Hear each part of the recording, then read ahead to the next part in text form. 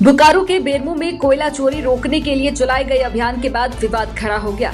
एक युवक के घायल होने के बाद परिजनों ने सीआईएसएफ जवानों पर मारपीट और पैसे मांगने का आरोप लगाया है। वहीं सीआईएसएफ ने इन आरोपों से इनकार करते हुए कहा कि कार्रवाई के दौरान असामाजिक तत्वों ने सरकारी वाहन पर हमला किया।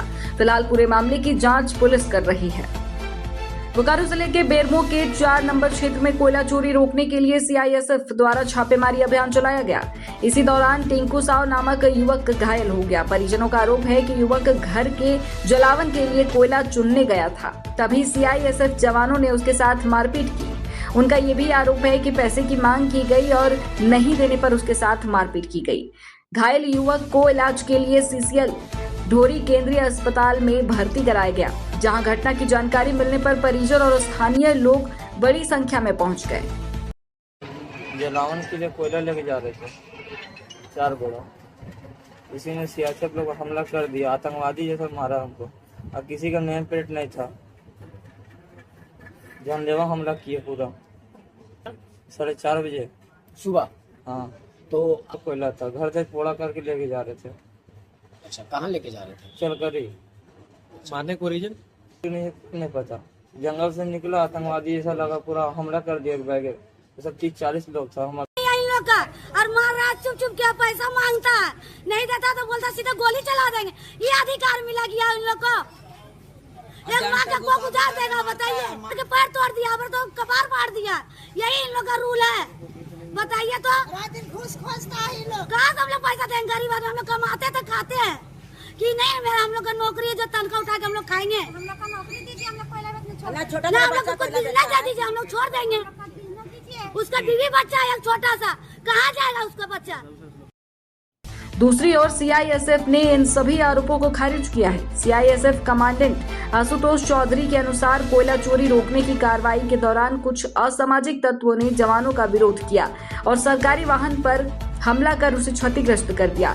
उनका कहना है कि पूरी कार्रवाई नियमानुसार की गई और मारपीट के आरोप निराधार है।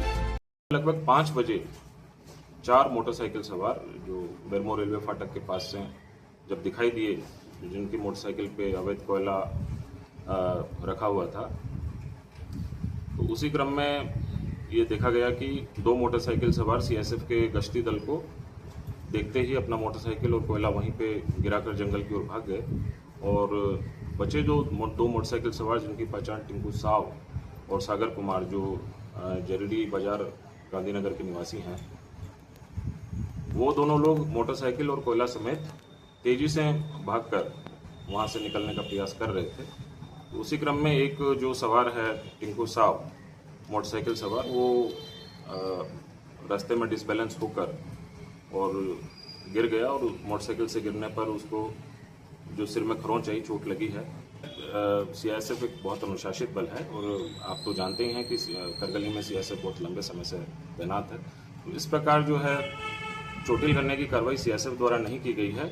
उसे जब रुकने का इशारा किया गया तो टिंकू साहब ने रुकने के बजाय मोटरसाइकिल तेजी से भगाकर वो डिसबैलेंस होकर के और रोड के किनारे में डिसबैलेंस होकर गिरा है, जिसमें उसको जो वहाँ पोल एक ऑलरेडी रखा हुआ है, आप जाके मौके का मुआयना भी कर सकते हैं। तो वहाँ पे जो पोल पहले से गिरा हुआ था, उसी से उसको सिर में खरोंच आया है। तो सीआईएसएफ की टीम द्वारा तो उसे इनफेक्ट ला करके और उसका इलाज करवाने की कार्रवाई की गई है। नहीं, कोई मारपीट करने का प्रावधान नहीं है, ऐसा कोई काम सीआईएसएफ कभी नहीं करेगी।